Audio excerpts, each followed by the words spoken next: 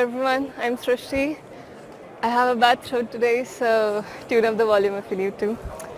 I've been at Sumo Logic since 2016. I've interned here twice with the search team, then worked with collection for a couple years, and now I'm with the observability team, trying to make Sumo more transparent to our users. I'll give a very brief overview of what I'll cover in this session. I'll be introducing our new observability telemetry here. This observability telemetry is a bit different in the sense that this will give you observability into your Sumo Logic components. This is not observability in the traditional sense. Using this observability telemetry, you will be able to gain visibility into your Sumo Logic components. You will also be able to monitor their real-time health. And towards the end of this session, I'll be covering some sneak peeks into what we have in the future for this sphere. It is a very common workflow for many of our users to expect some data to be coming in, to expect some scheduled searches to be running, to expect basically things that you expect from Sumo for things to run. And they just chance upon the fact that they aren't. You just go into your Sumo Logic environment, you log in, you start a search, and the data that you were expecting to be ingested is not there. Some scheduled search maybe that you were expecting to fire alerts for you is not firing any alerts. This is also something that we've already been communicated about through our ideas portal from our users. These are currently in the top 5 voted ideas on our portal. I'll read it out as well for people who are just tuned into this and not in the audience.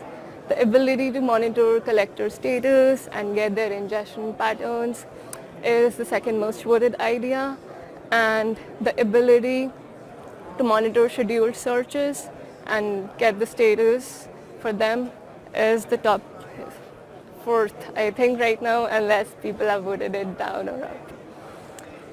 In order to solve some of these pain points, we've been working over the last year to introduce new telemetry to help alleviate some of these problems.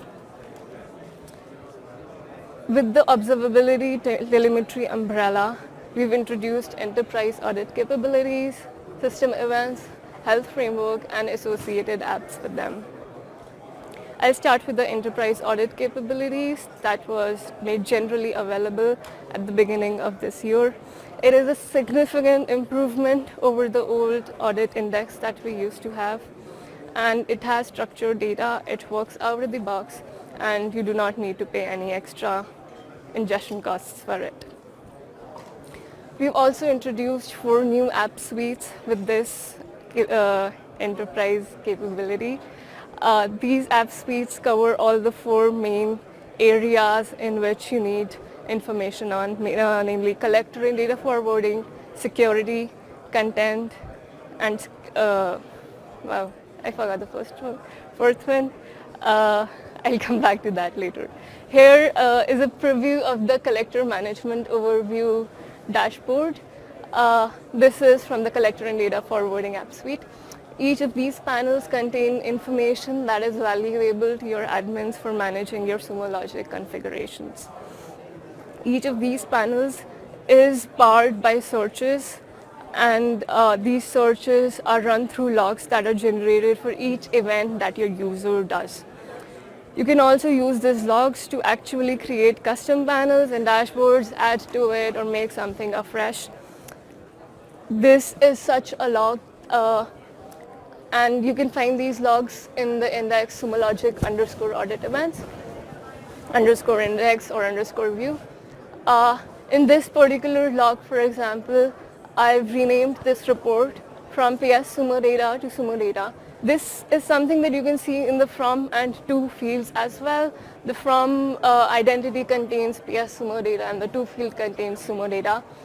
The operator field contains all the data that you need to identify the user who made this action.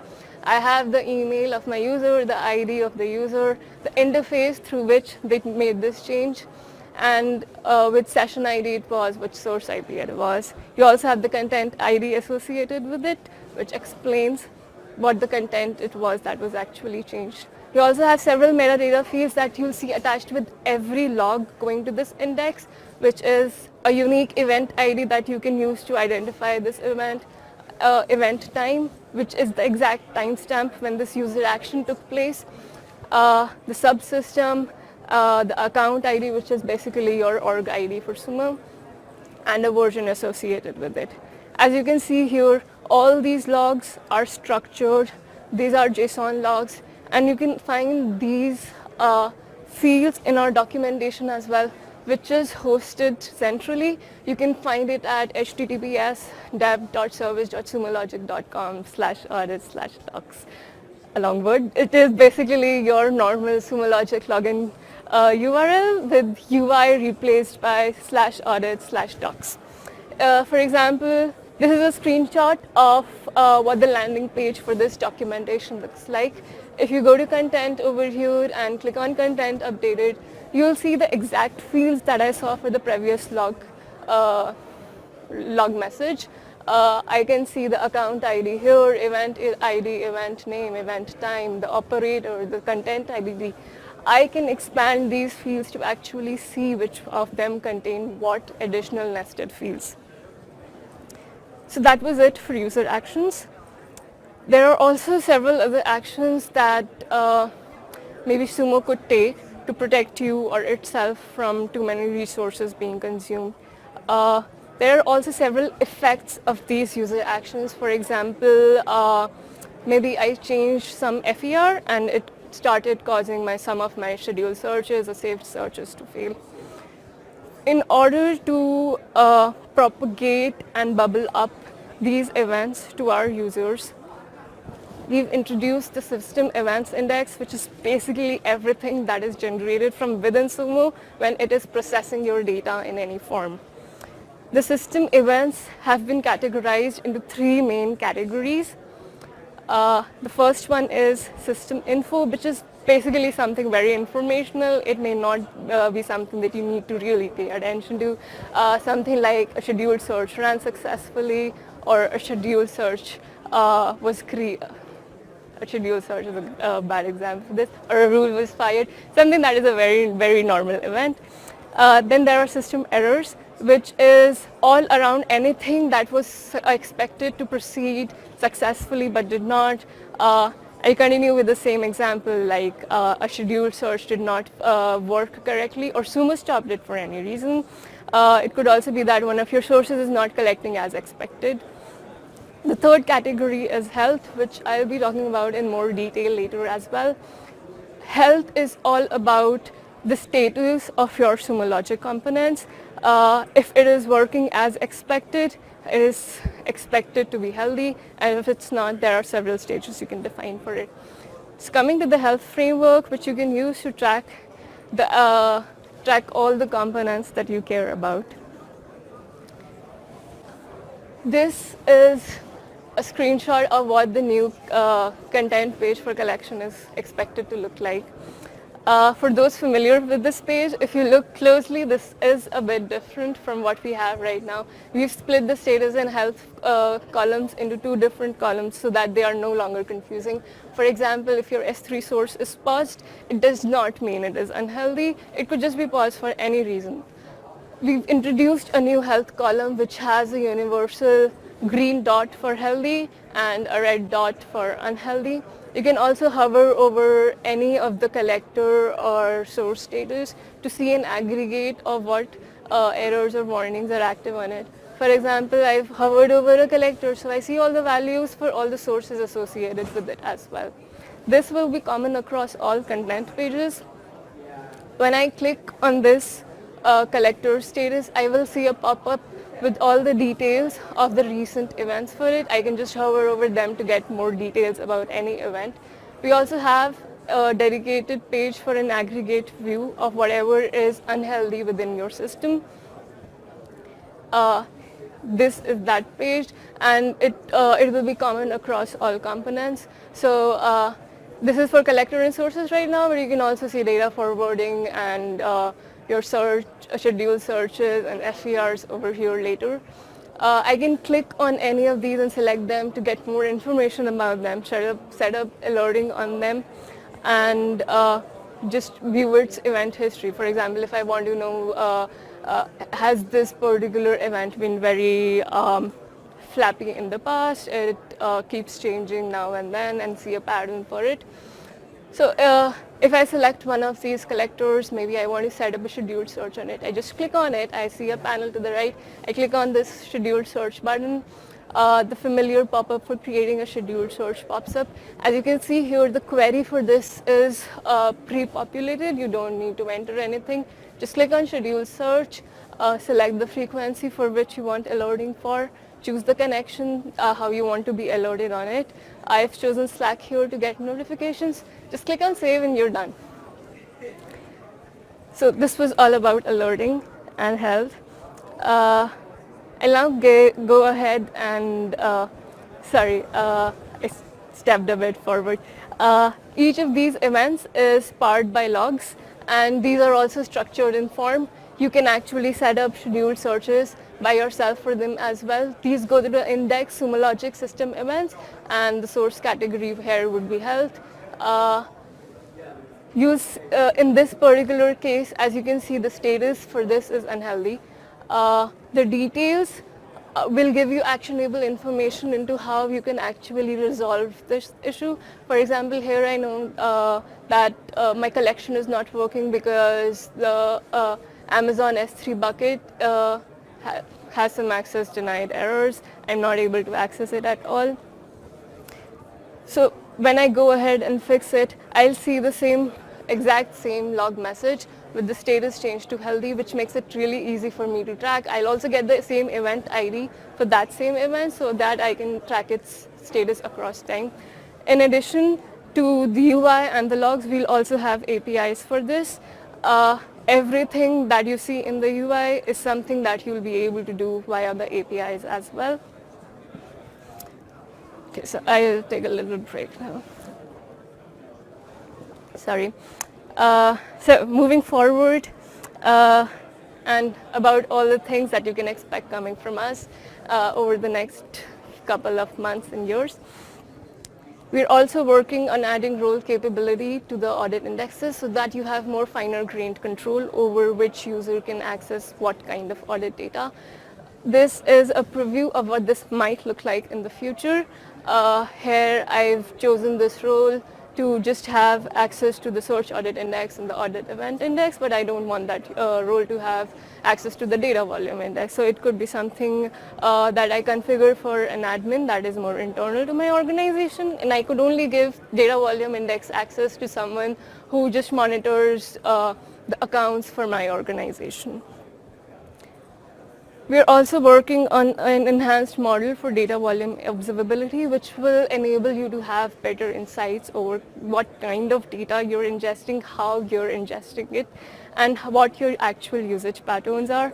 This will be an improvement over the current audit capabilities that we have for data volume, and it will enable you to have better graphs and insights into what's going on within your organization. So that's it from my side for now. Thank you for being a great audience. You can give feedback for this presentation by scanning this QR code. I'll open for questions now. Any questions?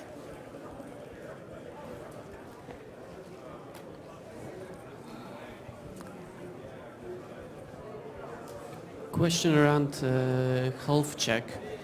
Did I understood correctly? When it will be available, or is it already available? We are targeting closed beta very soon. Very soon. Okay, Yeah. I'm enrolling for beta, right now. I need it, badly. I think our PM is in the audience. You can just sign up for it. We'll be happy to help you. Any more questions?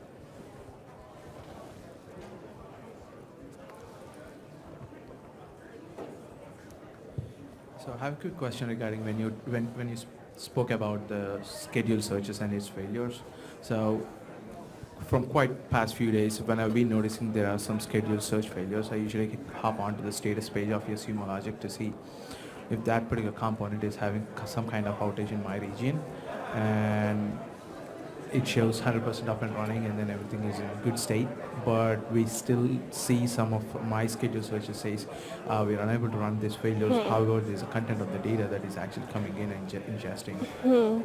So I get what your problem is. So what our intention is to make each kind of alert and kind of information that is given to you with every failure to be actionable and in a form that you actually know what's going wrong so that you can go ahead and fix it.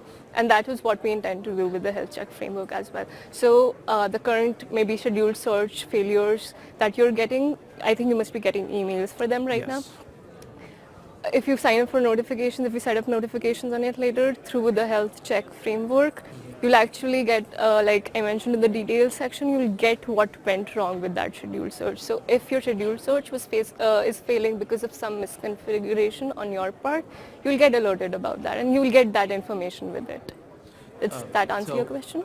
Yes, but piggybacking on the same question, so the scheduled searches were running from months or maybe years, and then there were certain spots that says, hey, this scheduled search was apparently stopped and failed for some reason. I think this could be because of the errors section I was talking about. Sometimes when your scheduled searches are stopped when they're using too many resources. So that is something that we intend to propagate as well in the future. Okay. So basically, if it is something actionable for you, we will make sure you know why it happened. All right, thanks. Nevertheless, Thanks. okay?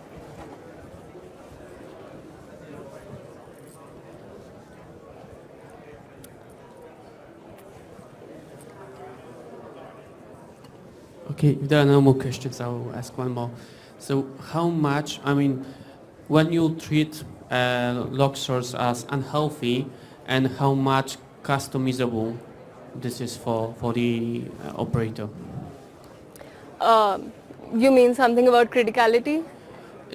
Something about thresholds. I believe, for example, if log source probably don't send data for months, you treat it as unhealthy, right? So how much I can customize those things? So alerts are completely customizable for you, right? Because you're setting up scheduled searches on them. As for deciding at what threshold an error becomes error, that is something that we haven't defined yet. It is something that will stay in the backend for some time. When we do a beta, we'll be working on some feedback to solve those issues out and decide how we want to go ahead with this. Okay?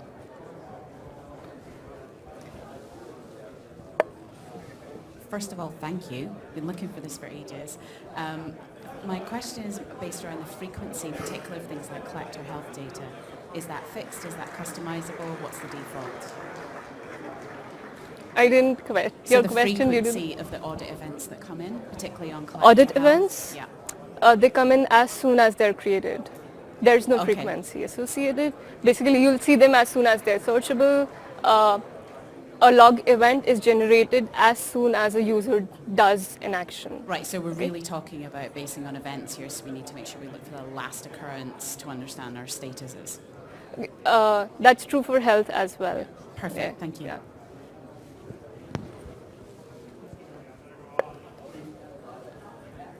Any other questions?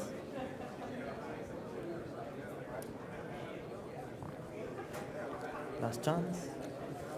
All right, so that's a wrap for the first session. Thank you.